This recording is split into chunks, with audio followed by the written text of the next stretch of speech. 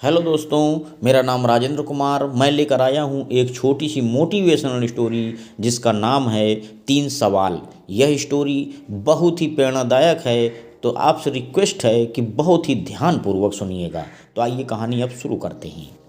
एक राजा था। वह बहुत समझदार और धुन का पक्का था। वह जो सोचता उसका हल ढूंढ कर ही चैन लेता। किसी भी काम में अपनी पराजय उसे बहुत अखरती थी। वह सोचता क्या उपाय किया जाए जिससे वह कभी न हारे। एक दिन उसके मन में 3 सवाल उठे। पहला सवाल था किसी कार्य को करने का सही समय कौन सा होता है।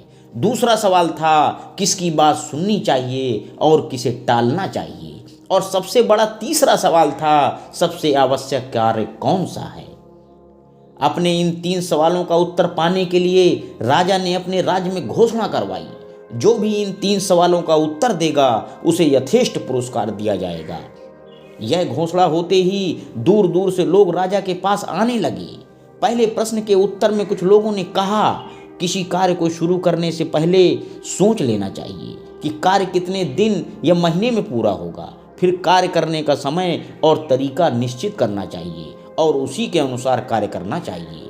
ठीक समय पर कार्य पूरा करने का यही एक सही तरीका है। कुछ और लोगों का मानना था कि कार्य का समय निश्चित करना कठिन है, लेकिन बेकार के कार्यों में समय नष्ट ना करें। जो भी आसपास हो रहा हो उस काम में लग जाएं। कुछ लोगों ने बताया राजा अकेले प्रत्येक कार्य शुरू करने का समय कैसे निश्चित कर सकता है। राजा के पास सलाहकार होने चाहिए।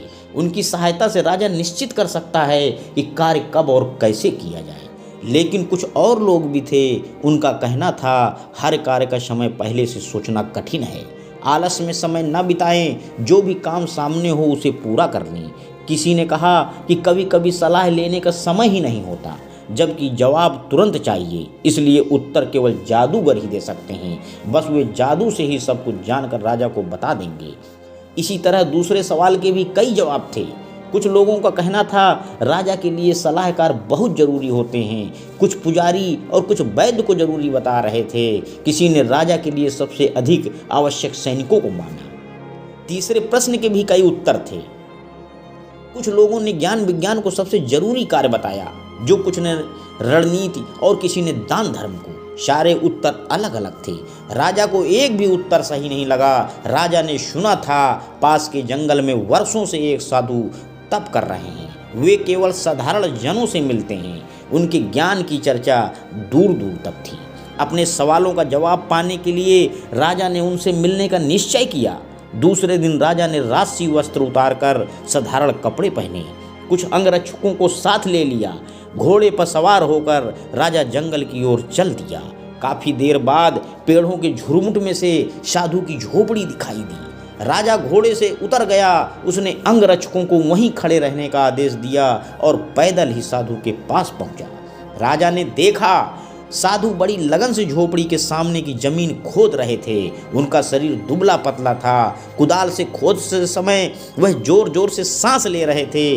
राजा को पास आता देखकर साधु रुक गए। उन्होंने राजा का अभिवादन किया, फिर अपने काम में लग गए। तो दोस्तों, हमने ये देखा कि वो साधु अपने काम में लगा हुआ था, जबकि राजा वहां पर खड़े थे। राजा बोला, मैं आपके पास अपने कुछ प्रश्नों के उत्तर पाने की आशा में आया हूँ। मेरा पहला प्रश्न है किसी काम की शुरुआत करने के लिए सही समय कौन सा है। दूसरा, मुझे किन लोगों की ज़रूरत सबसे ज़्यादा है, मुझे किन पर ज़्यादा ध्यान देना चाहिए। और तीसरा यह कैसे पता लगे कि सबसे आवश्यक कार्य क्या है, मुझे सबसे पहले क्या करना चाहिए। सवाल सुनकर भी साधु ने कोई जवाब नहीं दिया। वे काम में जुटे रहे। राजा कुछ देर चुपचाप खड़ा देखता रहा। साधु कुदाल चलाते, मिट्टी हटाते और हाथ उठते। यह देख राजा का मन पसीज उठा। वह बोला, आप कुदाल मुझे दे दीजिए, कुछ देर मैं खोद दूं। साधु ने चुपचाप कुदाल उसे थमा दी। खुद जमीन पर एक तरफ बैठ गए। 1 घंटा बीता, दूसरा घंटा बीता। राजा खोदता रहा। सूरज पेड़ों के पीछे छिपने लगा। तब कुदाल एक तरफ रखकर राजा साधु से बोला, मैं आपके पास 3 प्रश्न लेकर आया हूँ। आपने मेरे प्रश्नों का उत्तर नहीं दिया। यदि आप मेरे एक भी प्रश्न का उत्तर नहीं जानते हैं तो मुझे बता दें, मैं वापस लौट जाऊंगा। इतना सुनकर भी साधु चुप रहे। तभी किसी ने दौड़कर आने की आवाज़ सुनाई दी। साधु ने कहा, आओ देखते हैं कौन आया है। राजा ने मुड़कर देखा, एक आदमी दौड़ता हुआ वहीं आ रहा था। वह दर्द से कराह रहा था, उसके पेट से खून बहकर पैरों पर गिर रहा था। राजा के पास आकर वह कुछ बुदबुदाया और बेहोश हो गया। राजा और साधु ने मिलकर उसे भूमि पर लेटाया, उसके कपड़े ढीले किए। उसके पेट में बहुत बड़ा घाव हो गया था। राजा ने उसका घाव धोकर पट्टी बांधी, पर वह पट्टी खून से भीग गई। राजा ने फिर से खून साफ किया और दूसरी पट्टी बांधी। 2-3 बार पट्टियां बदली, तब कहीं खून बहना बंद हुआ। उस आदमी की चेतना लौटी तो उसने पानी मांगा। राजा ने ताज़ा पानी लाकर उसे पिलाया। संध्या हो गई थी, हवा भी ठंडी हो चली थी। बाहर लेटा हुआ आदमी ठंड से कांप उठा। राजा और साधु ने मिलकर उसे झोपड़ी के भीतर सुलाया। वह आंखें बंद किए हुए चुपचाप बिस्तर पर लेटा रहा। यह सब करते करते राजा बहुत थक गया था। देहरी पर बैठे ही वह गहरी नींद में सो गया। दूसरे दिन सुबह उसकी आंख खुली। पहले तो उसे समझ में नहीं आया कि वह कहाँ है, सामने लेटा हुआ बीमार आदमी कौन है। वह उसे एकटक देखता रहा। धीमी आवाज़ से उस आदमी ने राजा से कहा, मुझे माफ़ कर दीजिए। राजा पहले तो अचकचाया, फिर बोला, मैं तुम्हें नहीं जानता, तुम मुझसे माफ़ी क्यों मांग रहे हो? आप मुझे नहीं जानते, लेकिन मैं आपको जानता हूँ। मैं आपका शत्रु हूँ। आपने मेरे भाई को फांसी की सज़ा सुनाई थी, उसकी संपत्ति जब्ती कर ली थी। मैंने तभी आपसे प्रतिशोध लेने की कसम खाई थी। मुझे मालूम था आप साधु के पास अकेले आए हैं। मैंने सोचा था जब आप वापस लौटेंगे तब मैं आपकी हत्या कर दूंगा, लेकिन पूरा दिन बीतने पर भी आप नहीं लौटे। जब मैं आपको खोजता हुआ इस तरफ आ रहा था, आपके अंगरक्षकों ने मुझे पहचान लिया। उन्होंने मुझे मारने की कोशिश की, पर मैं बच गया।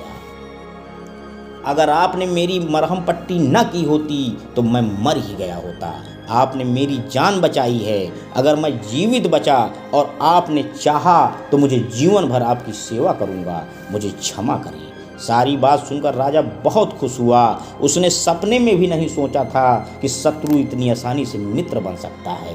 राजा ने उसे क्षमा कर दिया, उसे विश्वास दिलाया कि लौटकर वह उसकी देखभाल का पूरा इंतजाम करेगा। राजा झोपड़ी से बाहर आया, साधु के पास जाकर बोला, मैं अंतिम बार आपसे अपने सवालों का हल मांग रहा हूँ। साधु घुटने के बल बैठे उन क्यारियों में बीज बो रहे थे जिन्हें कल तैयार किया गया था। साधु ने सिर उठाकर राजा से कहा, राजन, तुम्हें तुम्हारे सवालों के जवाब मिल चुके हैं। राजा हैरान हुआ। उसने कहा, मैं समझा नहीं। साधु बोला, क्या तुम्हें मालूम नहीं? तुम समझ नहीं सके। अगर कल तुम्हारे मन में मेरे लिए दया न आई होती तो तुम चले गए होते। तुमने ये क्यारियाँ तैयार न की होती तो राह में ये आदमी तुम पर हमला करता। मेरे पास न रुकने के लिए तुम पछताते कि अगर मैं वहाँ रुक जाता तो मारा न जाता। जब तुम क्यारियाँ तैयार कर रहे थे वही सबसे सही समय था। तब सबसे महत्व का आदमी मैं था। उस समय मेरा काम सबसे ज़रूरी काम था। जब वह आदमी दौड़कर हमारे पास आया और हमने उसकी मरहम पट्टी की, वह सबसे सही समय था। अगर तुम उसकी मरहम पट्टी न करते तो उसकी मृत्यु हो जाती। इसलिए उस समय वही सबसे महत्व का आदमी था। तुमने उसके लिए जो भी किया उस समय वही तुम्हारा सबसे ज़रूरी कार्य था। याद रखना, सबसे सही समय वही होता है जब हमारे पास किसी भी तरह की शक्ति होती है। सबसे महत्व का आदमी वह होता है जिसके साथ हम होते हैं। कोई नहीं जानता कब क्या होगा। सबसे ज़रूरी काम है अपने सामने संकट में पड़े आदमी की सहायता करना। हमें जीवन इसलिए मिला है कि दूसरों के काम आए, इसी में जीवन की सफलता है। इतना कहकर साधु चुप हो गए। साधु का उत्तर पाकर राजा को संतोष हुआ। राजा ने आदर से उनको प्रणाम किया और उनसे विदा लेकर अपने महल की ओर चल पड़ा। तो धन्यवाद दोस्तों, मेरे YouTube चैनल को लाइक व सब्सक्राइब करें। आपका दिन शुभ हो।